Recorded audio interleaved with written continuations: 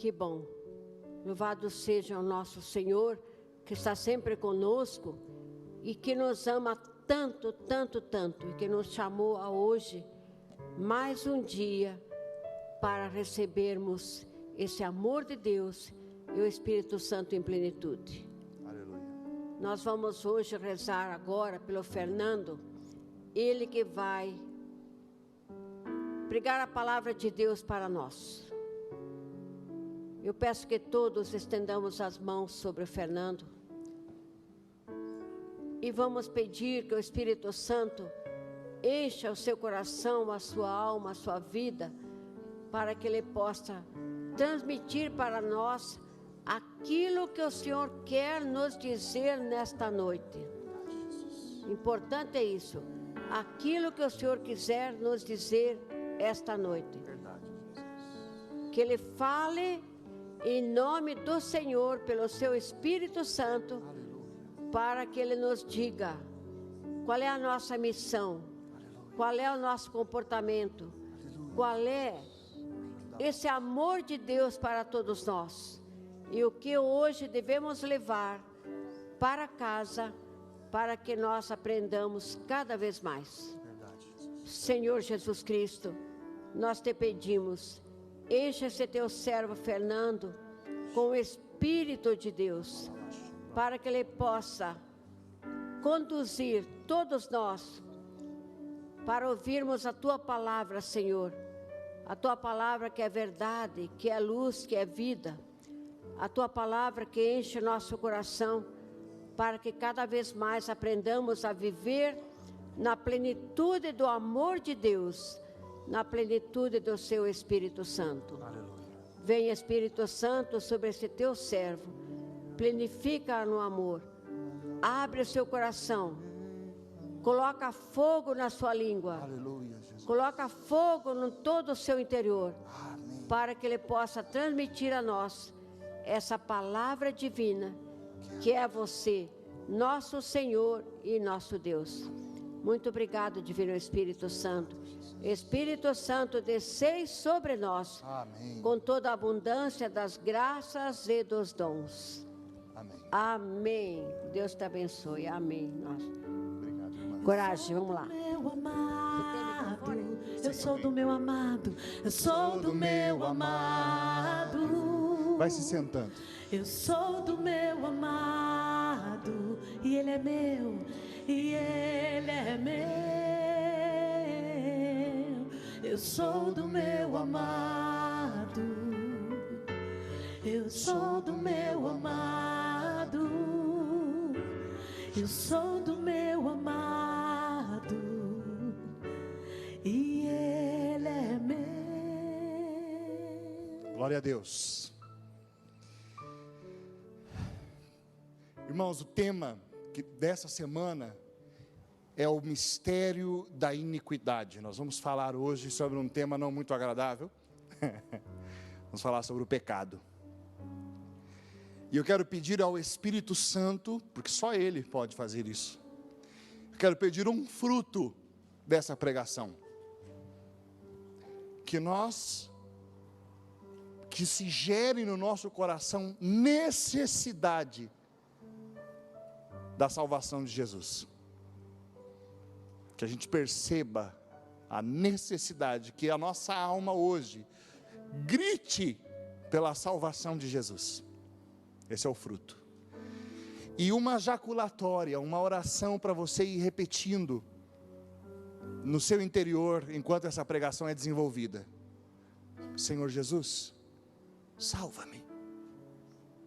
Salva-me. Sou teu, salva-me. Repita comigo, Senhor Jesus, eu sou teu, salva-me. Amém? Glória a Deus. Queridos irmãos, nós estamos então no terceiro encontro do Seminário de Vida no Espírito Santo, na Associação do Senhor Jesus. O nosso irmão Reinaldo Bezerra, ele nos ajudou a compreender a necessidade de clamar incessantemente o Espírito Santo. Ele nos ensinou que Jesus é o único que possui o Espírito Santo em toda a sua plenitude, porque Jesus é um com ele. Deus com o Pai e o Espírito. Nós recebemos o Espírito Santo pelo batismo, pela confirmação e pelos demais sacramentos. O Espírito, ele se dá a nós em plenitude, mas a nossa capacidade é limitada. Por isso, nós devemos clamar sempre: vem Espírito Santo. Por quê? Porque ele nunca se dá a nós de forma esgotada. Você nunca vai esgotar, não preciso mais, porque agora já deu. Porque você é sempre limitado, eu sou sempre limitado, então eu preciso dizer sempre: vem Espírito Santo. E um seminário de vida no Espírito se presta a isso, uma introdução maravilhosa.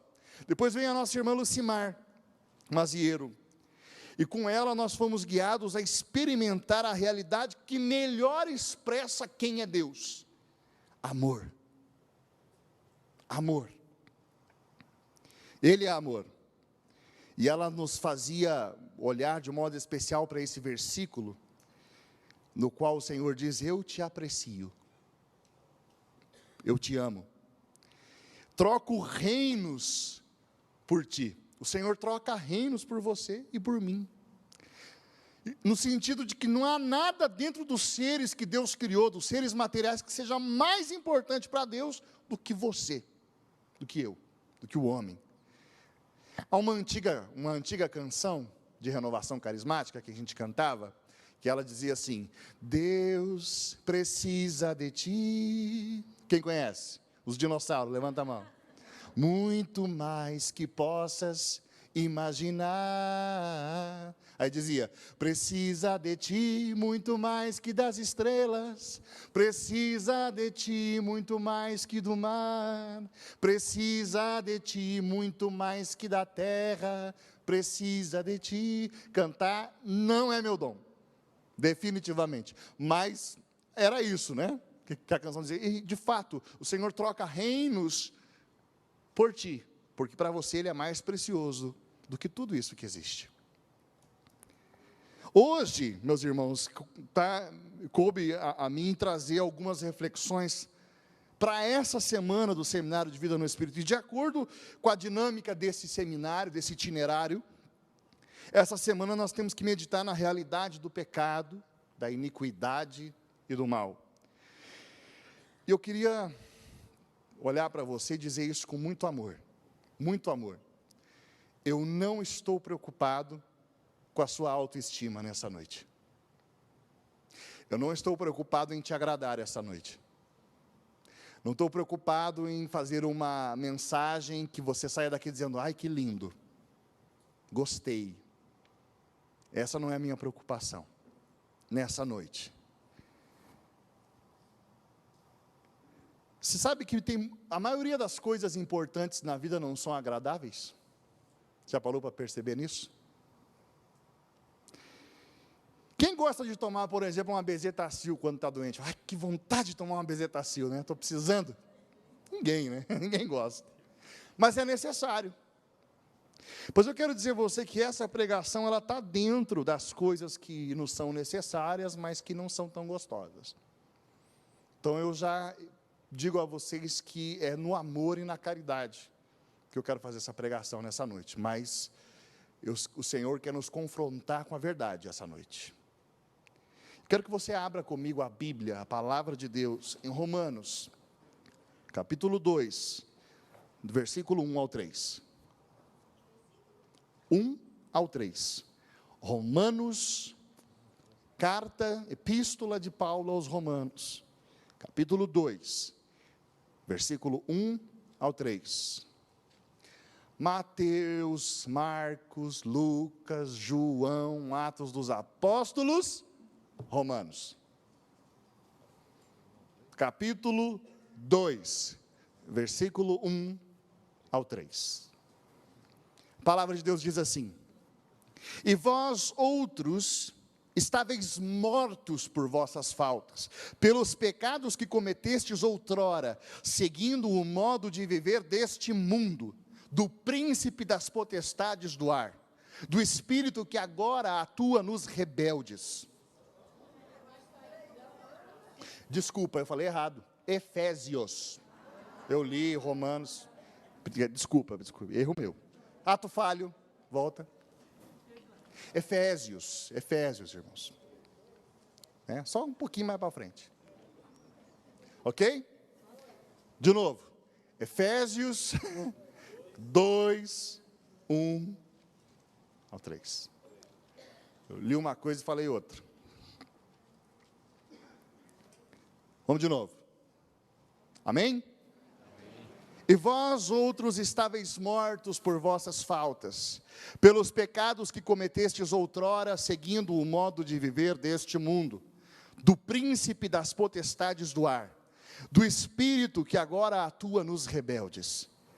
Também todos nós éramos deste número, quando outrora vivíamos nos desejos carnais, fazendo a vontade da carne e da concupiscência.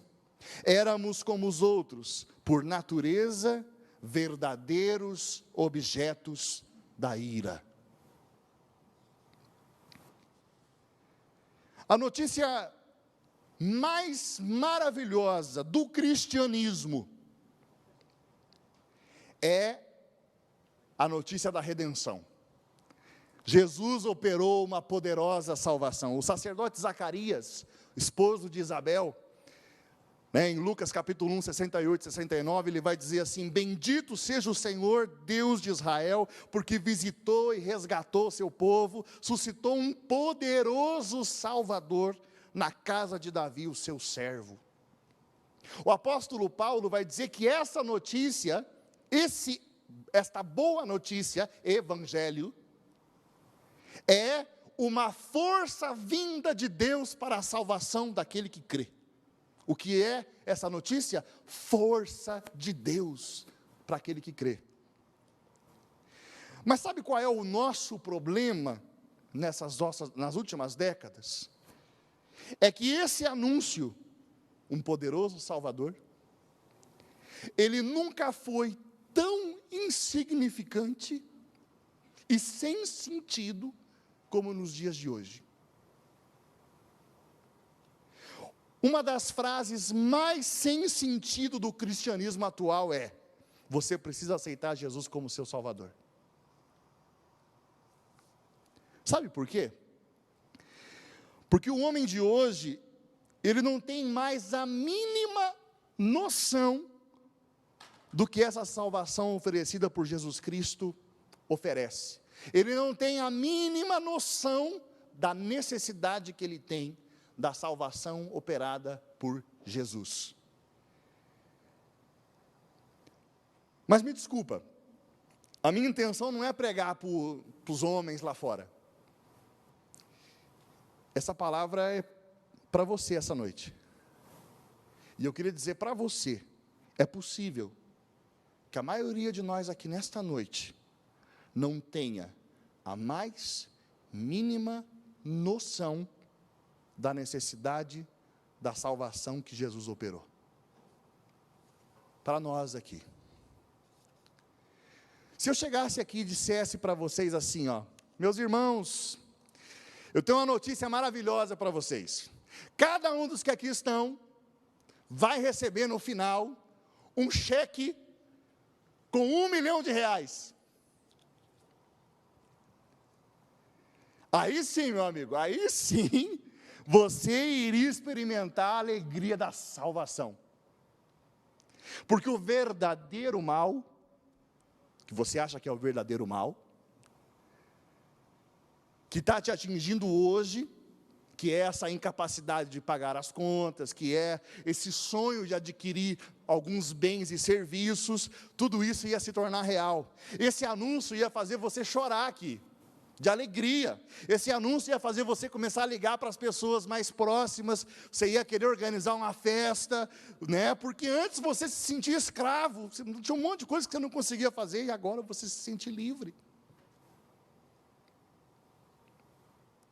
Agora, a salvação em Jesus Cristo,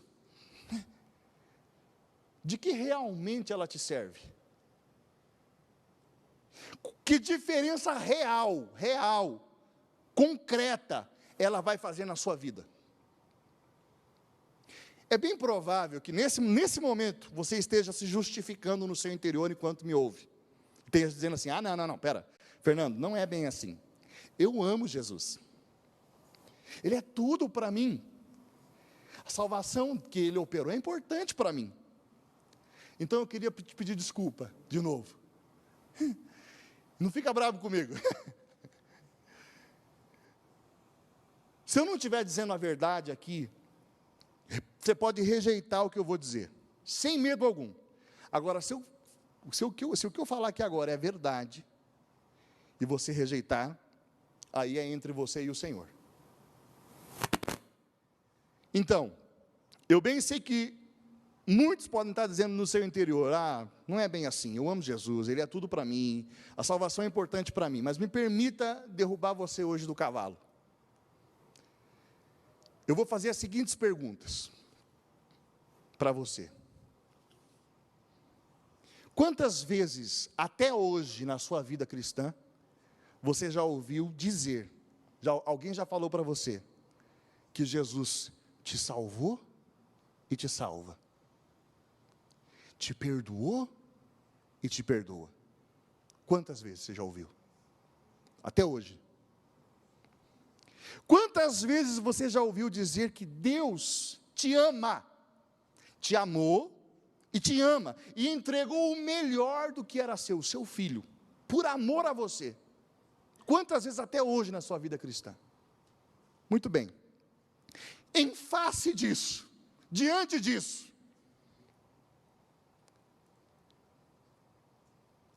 por que você é tão insatisfeito com a sua própria vida?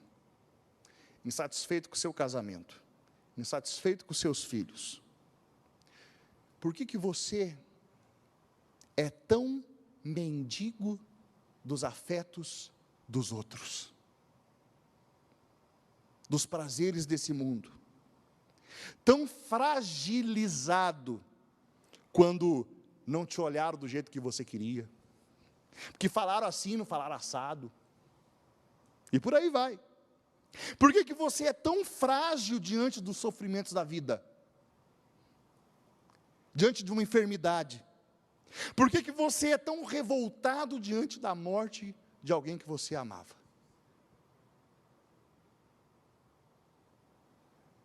Por que você reclama tanto da tua vida? Por que você reclama tanto dos outros? Por que você é tão escravo dos sentimentos ruins? Das inclinações do seu temperamento? É meu jeito. Por que você é tão escravo de vícios? Seja ele de qual natureza for. Por que você não consegue se perdoar? Por que você não consegue perdoar os outros?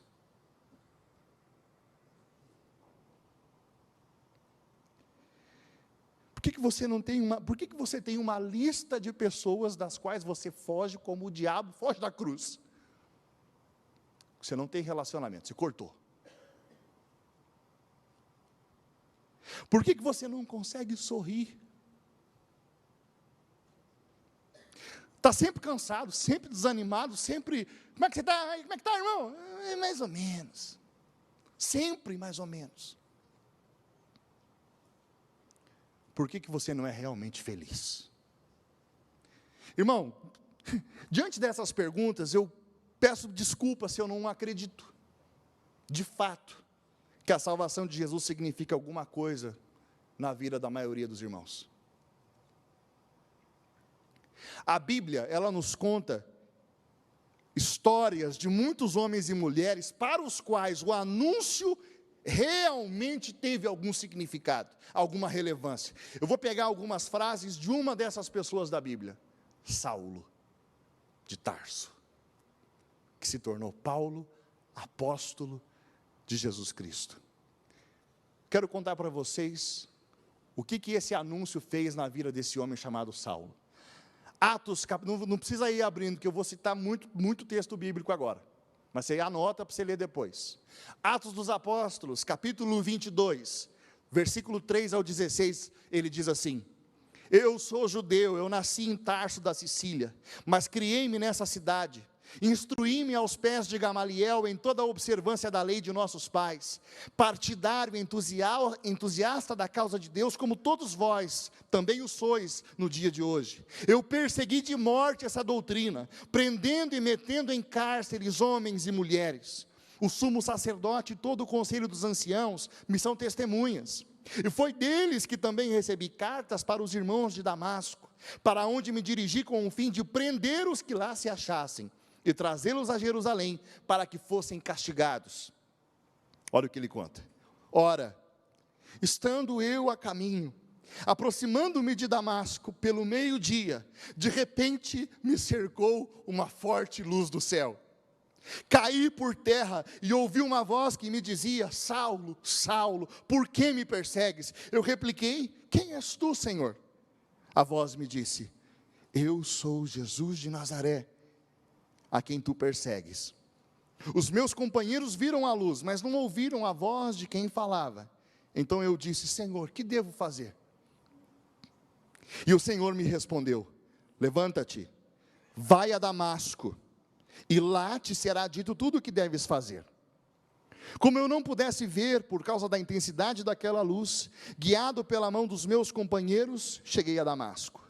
Um certo Ananias, homem piedoso e observador da lei, muito bem conceituado entre todos os judeus daquela cidade, veio ter comigo e disse-me: olha que lindo, irmão Saulo, recobra a tua vista. Naquela mesma hora eu pude enxergá-lo. Continuou ele: o Deus de nossos pais te predestinou, para que conhecesses a sua vontade, visses o justo, e ouvisses a palavra da sua boca, pois lhe serás diante de todos os homens testemunha das coisas que tens visto e ouvido. E agora por que tardas? Levanta-te, recebe o batismo e purifica-te dos teus pecados, invocando o seu nome. Isso é Paulo contando a história dele. O que o anúncio fez na vida dele? Agora ele vai dizer aos Filipenses, no capítulo 1, versículo 20 e 21. Meu ardente desejo e minha esperança são que em nada serei confundido, mas que hoje, como sempre, Cristo será glorificado no meu corpo, tenho toda a certeza disso, quer pela minha vida, quer pela minha morte, porque para mim, viver é Cristo e morrer é lucro. Mais de Paulo, Romanos capítulo 8, versículo 31, seguintes: se Deus é por nós, quem será contra nós? Aquele que não poupou seu próprio filho, mas que por todos nós o entregou, como não nos dará também com ele todas as coisas? Quem poderia acusar os escolhidos de Deus? É Deus quem os justifica. Quem os condenará? Cristo Jesus, que morreu, ou melhor, que ressuscitou e que está à mão direita de Deus, é quem intercede por nós. Agora vem essa parte. Quem é salvo por Jesus Cristo pode dizer isso aqui: quem nos separará do amor de Cristo? A tribulação, a angústia, a perseguição, a fome, a nudez, o perigo, a espada? Mas em todas essas coisas somos mais que vencedores, pela virtude daquele que nos amou. Pois estou persuadido que nem a morte, nem a vida, nem os anjos, nem os principados, nem o presente, nem o futuro, nem as potestades, nem as alturas, nem os abismos, nem outra qualquer criatura nos poderá apartar do amor que Deus nos testemunha em Cristo Jesus, nosso Senhor. Aleluia. Mais de Paulo, mais. Filipenses capítulo 3, versículo 8 e 9. Na verdade, julgo como perda todas as coisas em comparação com esse bem supremo, o conhecimento de Jesus Cristo, meu Senhor. Por Ele tudo desprezei e tenho em conta de esterco, a fim de ganhar Cristo e estar com Ele. Mais uma, Filipenses 3 também, versículo 12 e 14. Não pretendo dizer que já alcancei essa meta e que cheguei à perfeição, Não, mas eu me empenho em conquistá-la, uma vez que também eu fui conquistado por Jesus Cristo. Consciente de não tê-lo conquistado, só procuro isso. Olha só, prescindindo do passado, atirando-me ao que resta pela frente, persigo o alvo, rumo ao prêmio celeste, ao qual Deus nos chama em Jesus Cristo. Aleluia. Gente,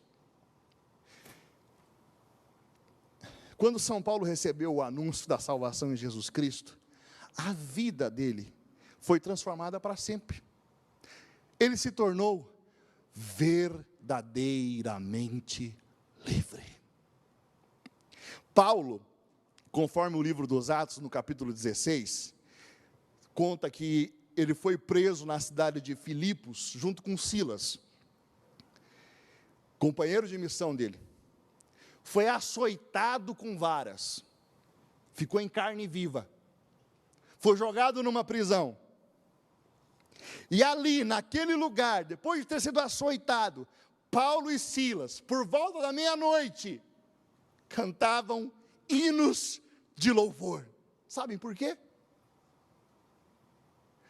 Porque mesmo açoitados, com os pés presos a um cepo, Paulo e Silas eram verdadeiramente livres. Livres. Livres. Agora, por que será que o anúncio fez isso com Paulo, com Silas e com tantos outros, e não faz a mesma coisa conosco? Por que é que nós não somos verdadeiramente livres de fato? De fato livres. Por que é que o anúncio da salvação em Jesus Cristo soou ainda mais poderoso? Desculpa. Por que será que o anúncio de um cheque de R$1 milhão soa muito mais poderoso para nós do que o anúncio da salvação de Jesus Cristo? Aliás, diga-se de passagem, se eu fizesse essa oferta para São Paulo, ele disse, nós acabamos de ler, que ele consideraria este cheque como esterco em comparação de Cristo. Em comparação de Cristo. A resposta para isso, irmãos, está na consciência profunda, presta atenção nisso. Eles tinham uma consciência profunda sobre o mal, a iniquidade, com a origem, as causas e as consequências disso. O nosso problema, por que esse anúncio não faz isso conosco? O nosso problema hoje é que falar de pecado é a mesma coisa que falar de fada do dente, Papai Noel, unicórnio, assim por diante. Inferno, então, é a história da carochinha. É um tema simplesmente ridículo para o homem de hoje. Diante do tema do pecado, queridos, há 3 posturas, 3, nas quais o homem de hoje se encaixa. Procura aí, então, aonde dessas 3 você acha que você entra mais. Alguma delas vai te acertar, tenho certeza, me acerta. Tá? Porque o ouvido mais perto da minha boca é o meu. Ok? Eu não tenho hipocrisia, não. Primeira atitude do homem de hoje, diante do pecado: soberba. Não existe pecado. Ou se existe, como diria o filósofo Jacques Rousseau, o homem em si é bom, é a sociedade que o corrompe. Ou seja, o mal está fora de mim. Eu não, eu sou lindo, ó. Lindo. O mal está fora de mim. O problema está fora. O problema é a sociedade, o problema é o capitalismo, o problema é o meu marido, o problema é minha esposa, o problema é o meu filho, o problema é a minha filha, o problema é o chefe, o problema é o meu vizinho, o problema é o meu trabalho, é a falta disso, é a falta daquilo, etc, etc, etc. Nunca é você. É sempre fora de você. Nunca está em mim, sempre fora, em algo, em alguém. Eu não preciso de perdão. Aliás, muitos que estão ouvindo tudo isso aqui agora estão pensando assim, ó. Ai, mas como eu queria que o meu esposo estivesse aqui para ouvir isso. Como eu queria que a minha filha, o meu filho, estivesse aqui para ouvir essa pregação.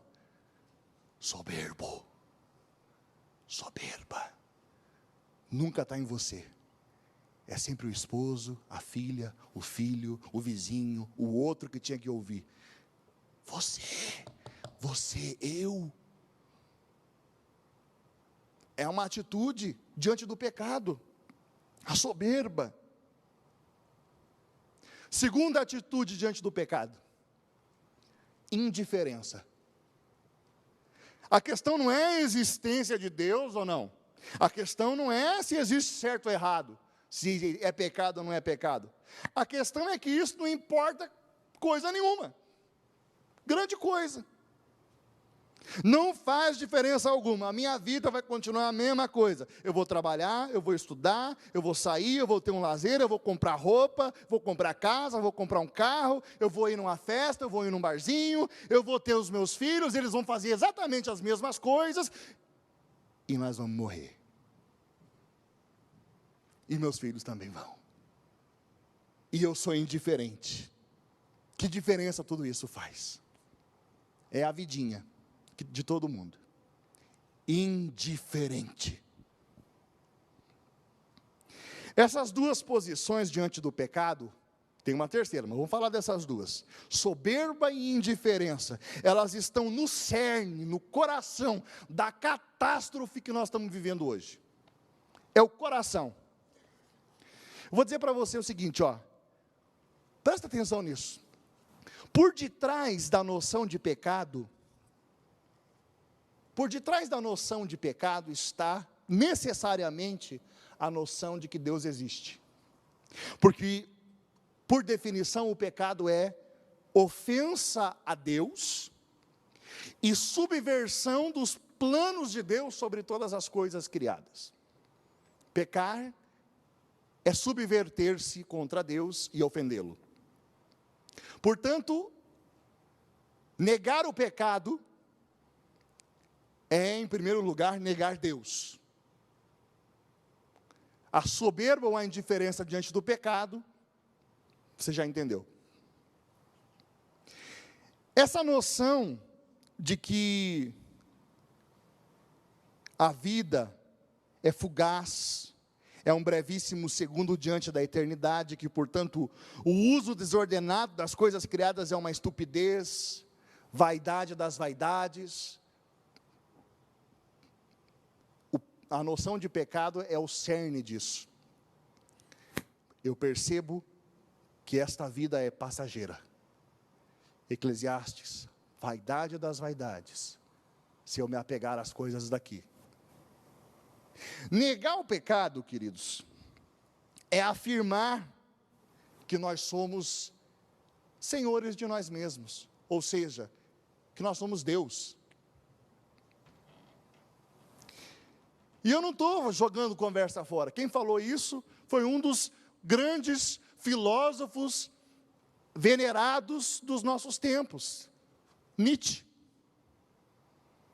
Alemão que disse assim, né? Os deuses não podem existir, porque se eles existissem, eu não suportaria não ser Deus. Ele disse isso na obra Assim Falou Zaratustra.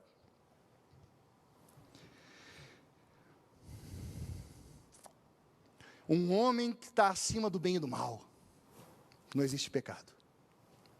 A negação do pecado torna essa vida material o fim último. Portanto, não há nada além da matéria. Portanto, aproveita o que tem. carpe diem, detona, porque é o que tem. Quando você arranca o pecado, a noção de pecado, esse é o pensamento. Só que aí tem um problema diante disso tudo. Porque o mistério da iniquidade e do mal é algo que simplesmente é inegável. Ele fica se esfregando na sua cara, na cara do homem de hoje. Então, o que o homem de hoje faz? Ele nega a realidade do pecado e apresenta causas e consequências que são meramente materiais para poder entender o problema do mal. E aí ele começa a oferecer algumas salvações, soluções materiais, alguns messias, os messianismos do materialismo, que vai resolver o problema do mundo. Vou citar 2 para vocês. Karl Marx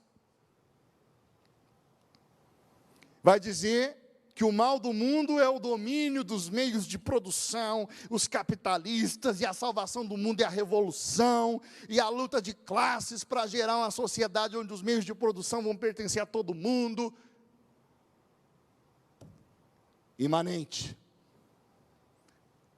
Outro camarada que vocês conhecem, Hitler, Adolf Hitler. Ele dizia que a salvação do mundo era a raça ariana. Um povo perfeito, sem defeitos. O mal do mundo era todos os demais, que deveriam ser submetidos a eles. E alguns povos, os judeus, tinham que morrer, simplesmente, ser exterminados. Qual tem sido o resultado da negação do pecado na história moderna? Nos 2 casos que eu citei, qual foi a consequência de negar o mal, a origem do mal no pecado? Eu vou dizer para você qual foi a consequência: guerra, genocídio, ditadura, por aí vai. O pensamento de hoje, passou esses messianismos. O que o homem faz agora? O pensamento contemporâneo agora, ele já superou essa fase de ficar procurando o mal na matéria, e de ficar procurando salvação na matéria. Agora, simplesmente, eles afirmam que a vida não tem sentido nenhum. Diante de um caixão, todo idealismo marxista, nazista e qualquer outro messianismo materialista não passa de vento, de pó, de vaidade das vaidades.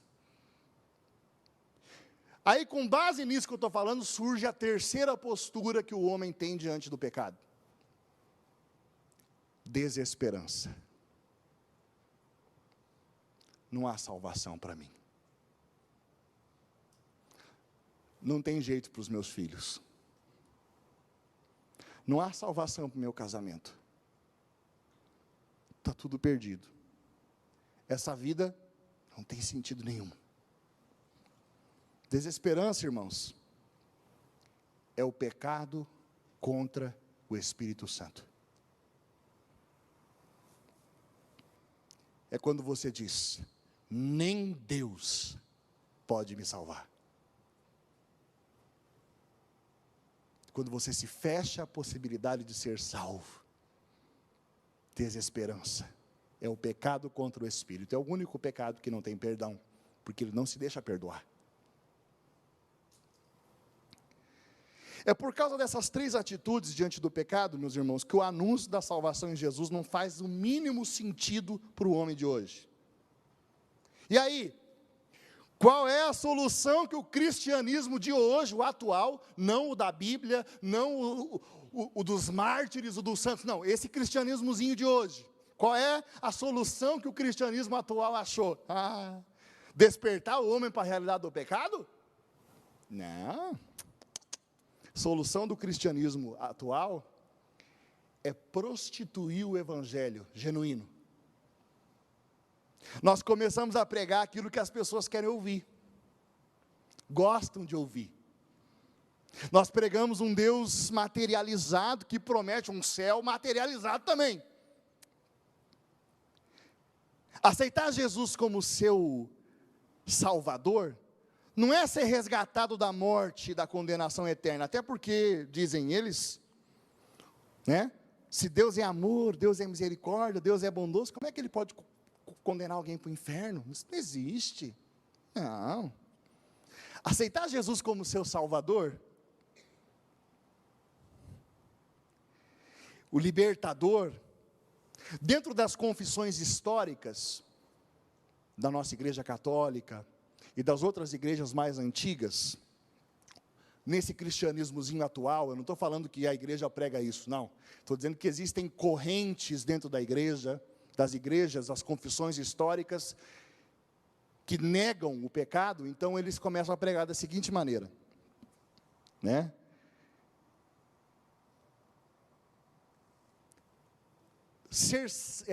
Ter Jesus como Salvador, como libertador, é engajar-se na construção do céu aqui na terra. Anunciar a salvação explicitamente, ficar pregando com a Bíblia na mão, isso é proselitismo religioso. Pregar para os outros povos, batizar em nome do Pai, do Filho, do Espírito Santo, segundo eles, é falta de respeito. A gente deve se inculturar. Nós precisamos parar de pregar Jesus Cristo, porque segundo eles, nem Jesus pregava Jesus, Jesus pregava o reino. Né? Então nós temos que parar de falar de coisas que nos dividem. Vamos falar, né, da paz mundial. Vamos nos inculturar. Vamos fazer um sincretismo. Está vendo onde a coisa vai longe? Não existe pecado e não há necessidade de salvação. Nas confissões mais recentes, as pentecostais e os movimentos carismáticos, por outro lado, a coisa vai por um outro caminho. No neopentecostalismo, ser salvo é ser próspero, é ser intocável, onde eu colocar a planta dos meus pés, tudo é meu, e doença eu repreendo, e tal, é um super-homem, cristão intocável, eu estou com Cristo agora, nada pode me tocar, porque eu sou o Superman. Nos movimentos carismáticos, inclusive, estou falando das igrejas históricas, o materialismo entra de outro jeito. A busca da cura física, eu tenho que sentir, eu tenho que chorar, eu vou na missa do Padre X. O Padre X é lindo, é maravilhoso, e o Padre é lindo, E aí eu fico procurando aonde eu gosto, aonde eu vou, Porque no fundo o que eu quero é que alguém amacie o meu coraçãozinho, Porque a salvação que eu estou querendo é o meu bem-estar. Perceba que são várias facetas de um único problema: materialismo. Você tem que negar pecado, aí o mundo fica só aqui, e a pregação do evangelho, que devia ser arrancar você daqui, te joga mais para dentro da matéria. Sabe por que o anúncio de R$1 milhão soa como Salvador? E o único anúncio, e o anúncio da salvação em Jesus Cristo, nunca modificou, quem sabe, a sua vida de fato? Porque nós estamos empapados do materialismo desse mundo. Você quer se sentir bem, você quer cura, você quer uma vida financeira melhor, você quer ser livre dos problemas. A questão é que muitos de nós achamos que o cristianismo pode ser vivido ao estilo, eu vou falar bem claro, nós achamos que o cristianismo pode ser vivido ao estilo espírita,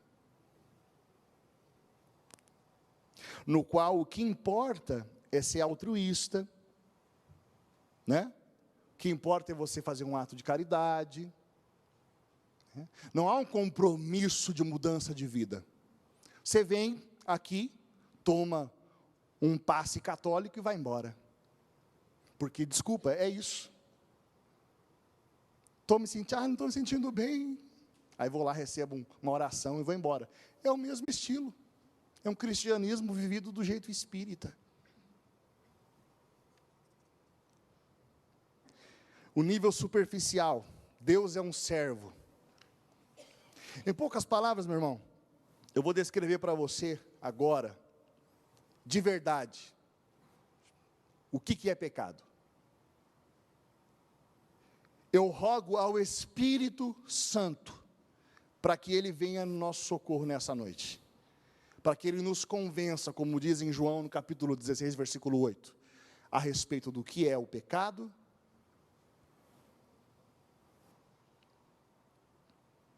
a justiça e o juízo. Só o Espírito Santo pode fazer isso. Vamos lá. Deus criou o ser humano em justiça e verdadeira santidade. Imagem e semelhança do seu Filho.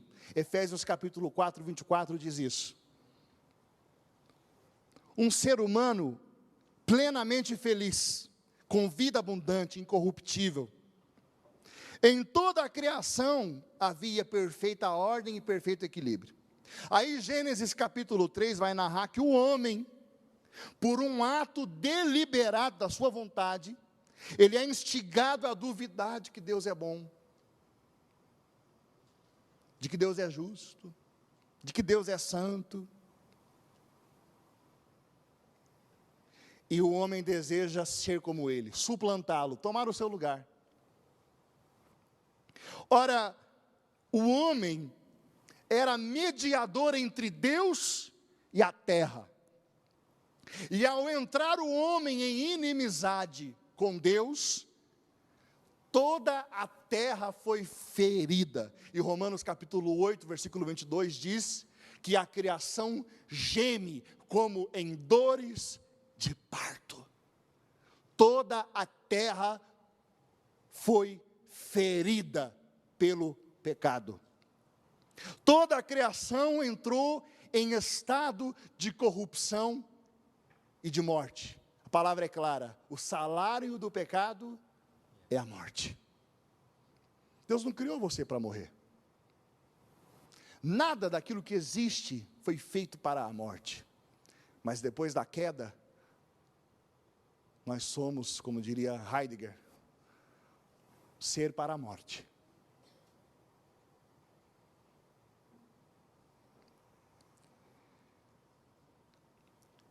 Pesa sobre toda a criação, a partir desse momento, a justiça de Deus.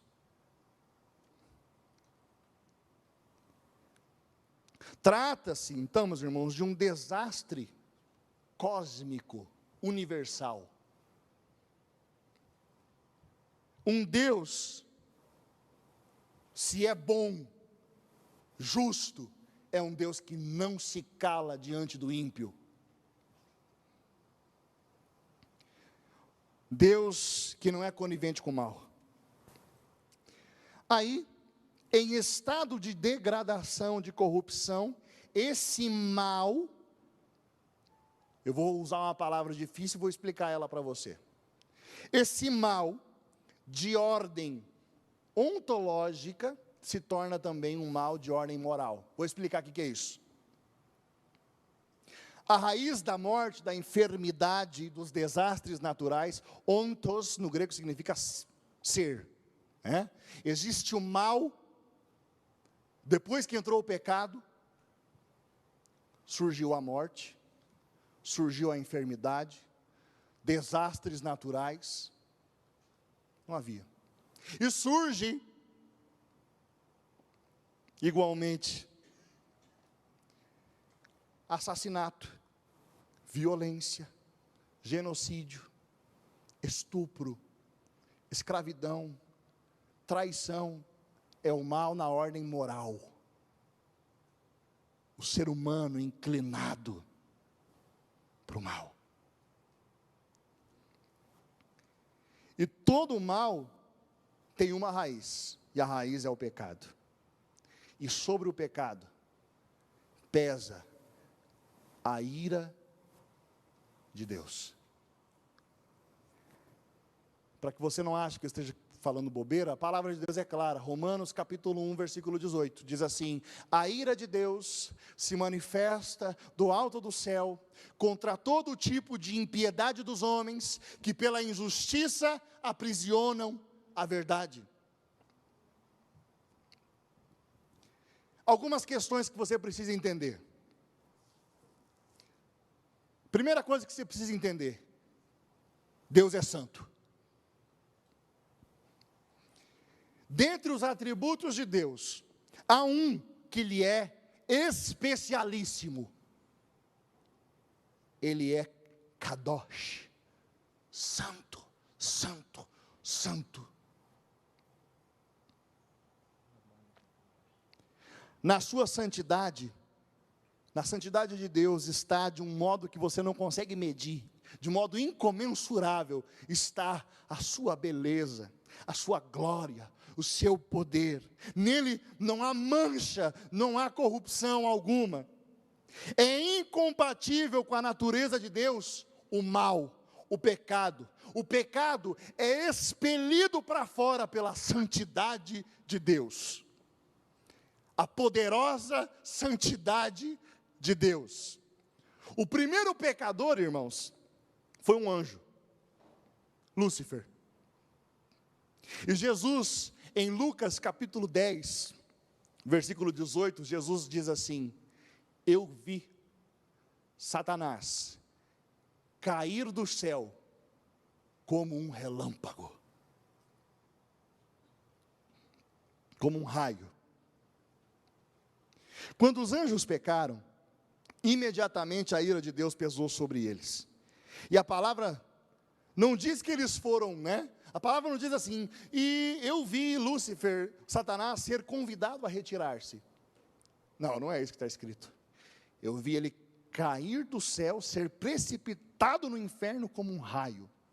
O que você precisa entender sobre a santidade de Deus? Preste atenção, sobre a santidade de Deus. Os anjos, deixa eu colocar assim, o pecado, existem três condições, existem três parâmetros para você entender o pecado. 3 parâmetros. Você tem que ter conhecimento, consentimento e matéria. O pecado é mais grave ou menos grave à medida que a matéria for grave, que o teu conhecimento for pleno e que o teu consentimento, ou seja, você fez isso de modo deliberado. Fiz porque eu quis. Eu sabia o que estava fazendo e fiz. E eu sei o que fiz, a matéria. Nos anjos, os anjos têm inteligência angélica. É por isso que quando eles fazem algo, é uma decisão eterna.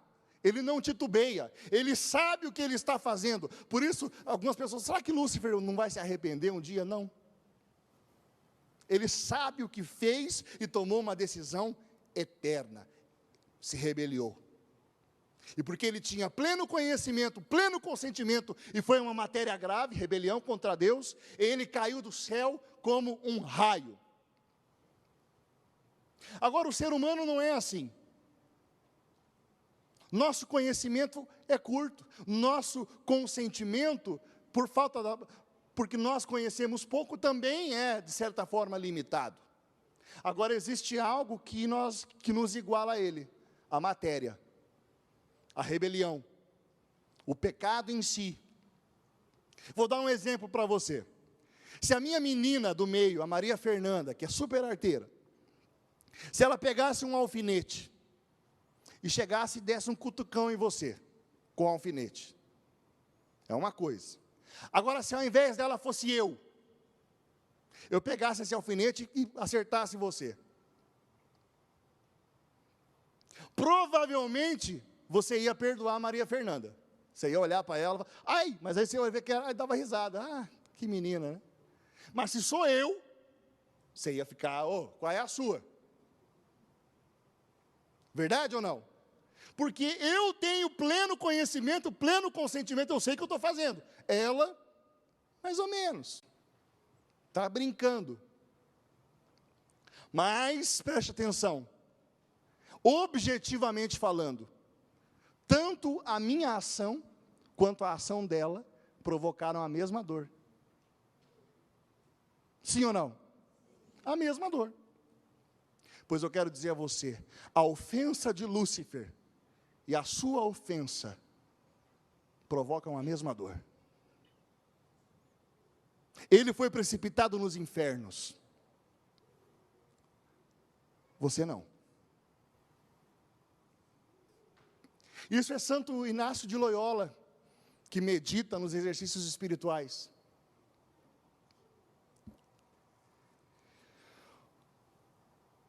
Há coisas que você faz que provavelmente Deus abomina. Talvez você tenha provocado a ira de Deus. Reflita. Deus ama ou abomina o modo como você se veste? Deus ama ou abomina o jeito que você trata com a sua família? O modo que você trata seus vizinhos? O modo como você se comporta no trabalho? Deus ama ou abomina as coisas que você assiste? As coisas que você escuta? Deus ama ou abomina as conversas que você tem com seus amigos? Deus ama ou abomina as páginas de internet que você visita? Deus ama ou abomina os lugares que você frequenta? Irmão, Deus é santo, Deus não compactua com o mal. Pare nesse momento e pensa se você não tem atraído a ira sobre a sua vida.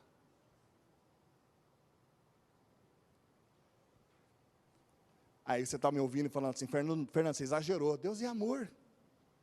Deus é misericórdia. Meu querido, entenda uma coisa. É justamente porque Deus é amor que Ele se ira. Eu amo os meus filhos. E porque eu amo os meus filhos, eu tenho ira profunda contra qualquer violência que pudesse acontecer com eles. E se eu tivesse que ir com unhas e dentes defendê-los, eu iria. Com toda a fúria, iria. Eu tenho ira do que pode prejudicar aquilo que eu amo.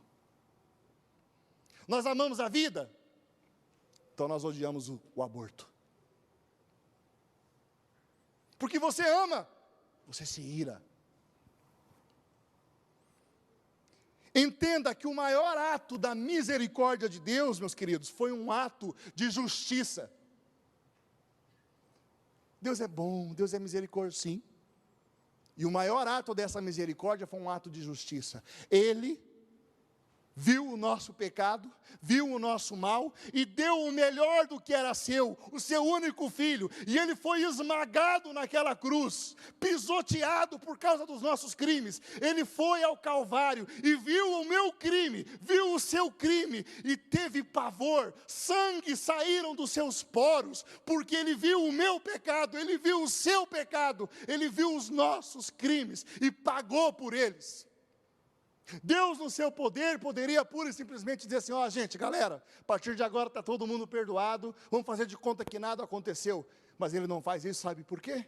Porque Ele é um Deus justo. E porque é amor. O maior ato da sua misericórdia foi satisfazer a justiça, entregando o melhor do que era seu filho.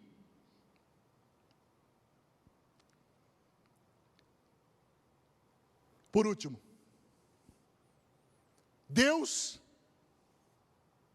condena o pecado, mas ama o pecador. Eu quero dizer para você que esta frase, ela não é errada, não. Mas ela não é precisa, ela é meio imprecisa. Eu quero dar uma corrigida nessa frase para você e nós vamos terminar assim, hoje. O pecado, antes de ser um ato, ele é um estado. Estar em pecado. Ele me coloca em inimizade com Deus, que é santo. Quando eu cometo um ato que desagrada a Deus, eu entro em estado de pecado. Portanto, o pecador é aquele que está em estado de pecado, inimizade com Deus. Ao invés de você ouvir essa frase que não está na Bíblia, eu vou te dizer o que está na Bíblia. Vou citar para você, para terminar, alguns versículos. Diz assim, ó. Salmo 10, versículo 5, diz assim: o Senhor prova o justo, mas o ímpio e aquele que ama a injustiça, a sua alma odeia. Salmo 5, versículo 5. Os arrogantes não são aceitos na tua presença, odeias todos os que praticam o mal. Hebreus, capítulo 1, versículo 8 e 9. Ó Deus, o teu trono subsiste pelos séculos dos séculos. Cetro de equidade é o cetro do teu reino. Amaste a justiça e odiaste a iniquidade. Por isso, Deus, o teu Deus te ungiu com óleo de alegria, mais do que os teus companheiros. João, capítulo 3, 36. Aquele que crê no Filho tem a vida eterna, mas aquele que não crê no Filho não verá a vida, mas a ira de Deus sobre ele permanece. Provérbios, capítulo 6, versículo 16. Estas 6 coisas o Senhor odeia, e a 7ª sua alma abomina: olhos altivos, língua mentirosa, mãos que derramam sangue inocente, coração que maquina pensamentos perversos, pés que se apressam a correr para o mal, a testemunha falsa que profere mentiras, e o que semeia contendas entre os irmãos.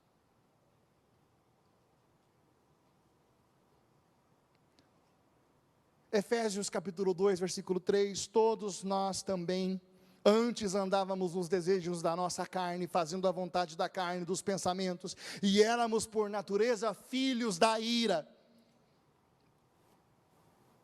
Irmãos, esse estado de inimizade vai depender da matéria do pecado, do consentimento, do conhecimento, enfim. Eu vou terminar assim. Não conheço sua vida.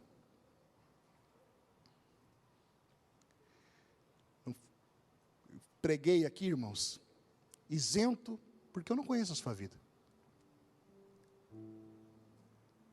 Mas a palavra de Deus diz: Senhor, tu me sondas, tu me conheces, sabes quando me deito, quando me levanto, de longe vês os meus pensamentos. É prazeroso fazer uma pregação dessa? Nem um pouco. Nem um pouco.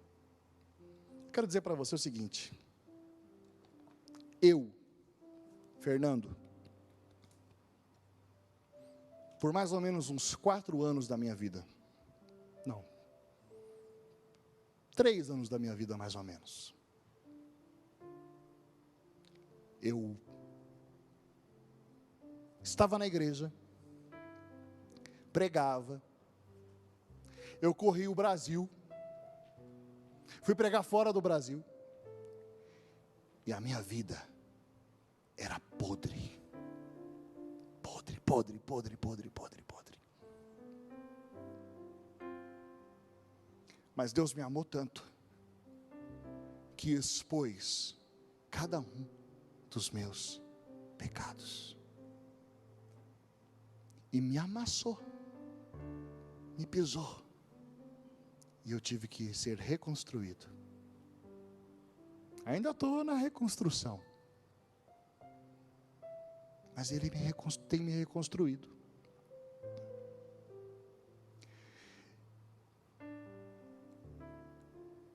Eu vi a minha prima, lá em Curitiba, ter um bebê, e esse bebê começou a apresentar problemas de saúde, e ela levava ao hospital, e o hospital medicava ele com qualquer coisa, e nós víamos que o bebê não estava bem, que o bebê não estava bem, que o bebê não estava bem, e por negligência médica, nós perdemos aquela criança. A pior desgraça que um pregador faz, é quando ele fica amaciando o seu ego, e não te fala o que você precisa ouvir. Não te mostra aonde você está. É tão desgraçado quanto uma negligência médica. Essa noite, eu queria convidar você a um ato de humildade diante de Deus. A dizer, eu preciso de um Salvador, porque eu estou morto. Eu estou morto. Eu tenho andado e feito coisas que Deus abomina, e a ira de Deus está sobre mim, porque Deus, dele não se zomba.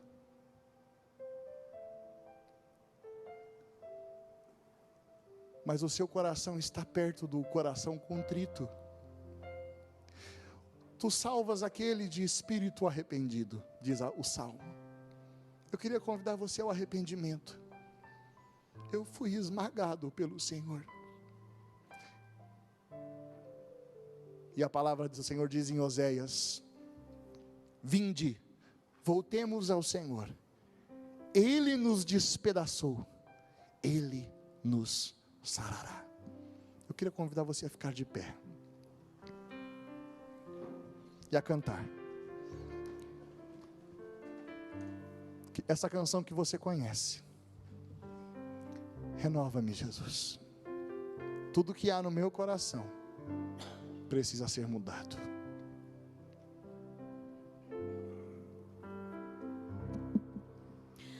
Renova-me, Senhor Jesus. Já não quero ser igual. Renova-me, renova-me, Senhor Jesus. Põe em mim teu coração, porque tudo que há dentro de mim precisa ser mudado, Senhor, porque tudo que há dentro do meu coração precisa mais de ti.